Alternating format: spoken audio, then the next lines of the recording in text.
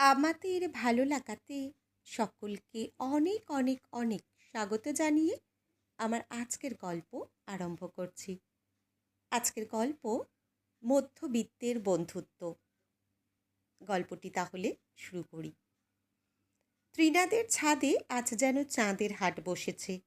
আজ অনেক দিন পর আবার সব বন্ধুরা আড্ডায় মেতেছে। মুহূর্তে মুহূর্তে প্রাণখোলা হাসি ছড়িয়ে পড়ছে আকাশে বাতাসে। সবাই মিলে ছাদের মাঝখানে মাদুর বিছিয়ে গোল হয়ে বসেছে। মাঝখানে একটা গামলায় রাখা ঘরে ভাজা মচমচে মুড়ি, আর পাশে আর একটা বড় থালায় ত্রিনার মায়ের বানানো বেগুনি, পেঁয়াজি, ফুলুরি। সবাই মুঠো মুঠো করে মুড়ি খাচ্ছে আর বেগুনি বা পেঁয়াজিতে কামড় দিয়ে বলছে, জাস্ট অসম টেস্ট। ত্রিনা, তুই কী রে? এতদিন আমাদের একবারও বলিসনি যে কাকিমা এত সুন্দর খাবার বানাতে পারে। এবার কিন্তু মাঝে মাঝে তোর বাড়িতেও আড্ডা মারতে আসবো। ত্রিনা বলে, হ্যাঁ হ্যাঁ, নিশ্চয়ই আসবি। ওদের কথার মাঝখানে ত্রিনার ভাই আরও কিছু চপ ভাজা রেখে গেল। সহেলি বলল, উফ দারুণ, আচার বাড়ি গিয়ে কিচ্ছু খাবো না। ত্রিনা বন্ধুদের উচ্ছ্বাস দেখছে আর মাঝে মাঝে ওর দৃষ্টি ঝাপসা হয়ে আসছে। নিজের প্রতি নিজেই লজ্জাবোধ করছে, বন্ধুদের ভুল বুঝে নিজেকে ওদের থেকে সরিয়ে নিয়েছিল বলে। উচ্চ মাধ্যমিক পাশ করার পর ত্রিনা যখন কলেজে ঢুকলো, প্রথম প্রথম একটু কেমন লাগতো। একদম নতুন পরিবেশ, কলেজের সব নতুন মুখ। ওর কোনো বন্ধু এই কলেজে ভর্তি হয়নি, এতদিন মেয়েদের স্কুলে পড়েছে, এই প্রথম কোয়েডে এলো। একটা অন্যরকম অস্বস্তিতে থাকতো। অন্য মেয়েদের দেখতো প্রতিদিন আধুনিক পোশাকে কলেজে আসছে, অনেকেই নিজের স্কুটিতে আসে।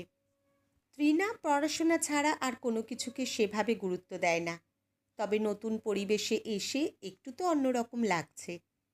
কিছুদিনের মধ্যে একজন দুজন করে বেশ কয়েকজনের সঙ্গে বেশ ভালো বন্ধুত্ব হয়ে গেল। এখন আর ত্রিনার খারাপ লাগে না।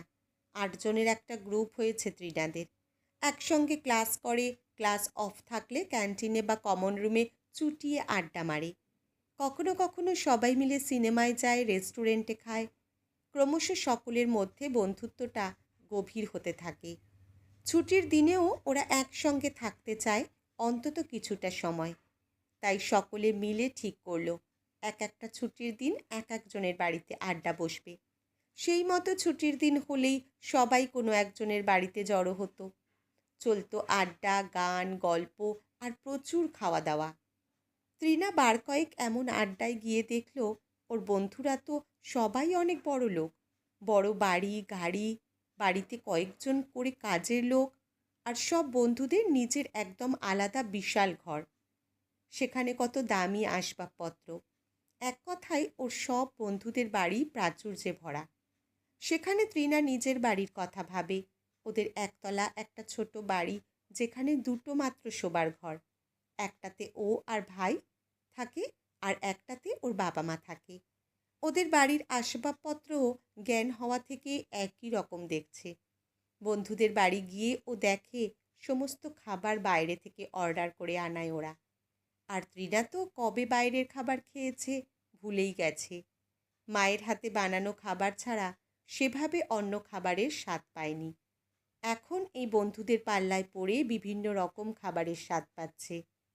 কয়েকবার কয়েকজনের বাড়িতে গিয়ে বুঝল ওর সব বন্ধুরাই উচ্চবিত্ত, আর ও নিতান্তই নিম্ন মধ্যবিত্ত ঘরের। ওদের সঙ্গে ওর কোনো দিক থেকেই কোনো মিলই নেই।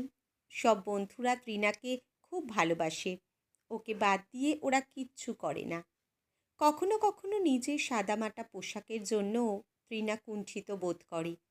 বন্ধুদের দিকে এক ঝলক দেখলেই বোঝা যায় ওদের পোশাক আশাক কত দামি। এইসব ভেবে ভেবে ত্রিনা হীনমন্যতায় ভুগতে থাকে, আর জেনে বুঝে বন্ধুদের এড়িয়ে যেতে থাকে নতুন নতুন বাহানা করে।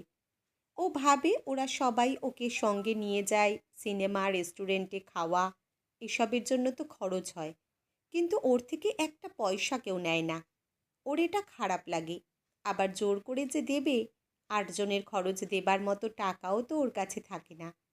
এক ভীষণ খারাপ মানসিক পরিস্থিতিতে পড়েছে ত্রিনা। এদিকে বেশ কয়েকবার এড়িয়ে যাওয়াতে ওদের বন্ধুদের মনেও প্রশ্ন জেগেছে। বাড়ির আড্ডাগুলোও এড়িয়ে যাচ্ছে। একদিন সকলে মিলে ওকে চেপে ধরল, বারংবার কারণ জিজ্ঞেস করতে লাগলো, আর তৃণা এটা সেটা বলে এড়িয়ে যাচ্ছে। তবে তৃণা ভালোই বুঝতে পারছে ওরা ওর কথা না তো বিশ্বাস করছে, না কারোর মনোপুত হচ্ছে। সহেলি সবাইকে থামিয়ে তৃণাকে বলল, তুই নির্দ্বিধায় বল, কি হয়েছে? কেন এভাবে আমাদের এড়িয়ে যাচ্ছিস? কিছু তো হয়েছে তোর, না বললে বুঝবো কী করে? বল আমাদের, আমাদেরকে তুই বন্ধু মনে করিস না? সহেলির নরম কথায় তৃণা আর নিজেকে ধরে রাখতে পারল না, কেঁদে ফেলল। বন্ধুরা সবাই ওর গায়ে মাথায় হাত বুলিয়ে দিতে লাগলো, কিন্তু ওকে থামালো না, কাঁদতে দিল। কিছুক্ষণ কেঁদে নিয়ে তৃণা নিজেই শান্ত হলো। চোখ মুছে দেখল বন্ধুরা ওর দিকে জিজ্ঞাসু নজরে চেয়ে আছে। ধীরে ধীরে তৃণা ওর মনের সমস্ত কিছু খুলে বলল। ও বলল ওর ভীষণ খারাপ লাগে, ও সকলকে নিজের পয়সায় খাওয়াতে পারে না বলে, সিনেমা দেখাতে পারে না বলে, বাড়িতে ডাকতে পারে না বলে। পারে না ওরা নিম্ন মধ্যবিত্ত বলে, ওদের এত প্রাচুর্য নেই বলে। সব কিছু বলে মাথা নিচু করে বসে রইল। একটু পর সব বন্ধুরা একসঙ্গে হো হো করে আশপাশ থেকে ফাটিয়ে হেসে উঠল। তৃণা চমকে উঠে বন্ধুদের দিকে বোকার মতো তাকিয়ে রইল। এরপর হাসি থামিয়ে সবাই একসঙ্গে তৃণাকে জড়িয়ে ধরল। শিপ্রা বলল, তুই কি বোকা রে? এইসব ফালতু কথা ভেবে এতদিন কষ্ট পাচ্ছিলি? তুই আমাদের সঙ্গে মিশে এই চিনলি আমাদের?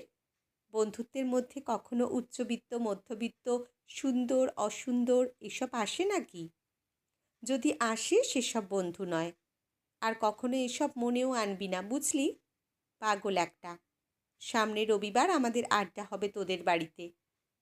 তারপর সকলে মিলে আজ তৃণাদের বাড়িতে এলো। এসে থেকে তুমুল আড্ডা চলছে আর চলছে তৃণার মায়ের হাতে বানানো চপ মুড়ি আর আদা দিয়ে বানানো চা। সহেলি বলল, এত সুন্দর চপ আমার মা বানাতে পারে না। ওর এই কথায় সবাই নিজের নিজের মায়ের জন্য সম্মতি দিল। আজ তৃণার মুখে নির্মল হাসি। ও ওর বন্ধুদের ফিরে পেয়েছে। ওর নিজের ভুল বোঝার জন্য যে দূরত্ব তৈরি হচ্ছিল, তা ওর বন্ধুরা ধুয়ে মুছে সাফ করে দিয়েছে। বন্ধুত্ব তো এমনই হওয়া উচিত, যেখানে উচ্চবিত্ত, মধ্যবিত্ত, সুন্দর, অসুন্দর বলে কোনো তফাৎ থাকবে না। কথায় কথায় বিচার বিশ্লেষণ থাকবে না। দীর্ঘজীবী হোক এমন বন্ধুত্ব। আজকের গল্প এখানেই সমাপ্ত। কলমে অঞ্জনা, পাঠে জয়তী। ধন্যবাদ।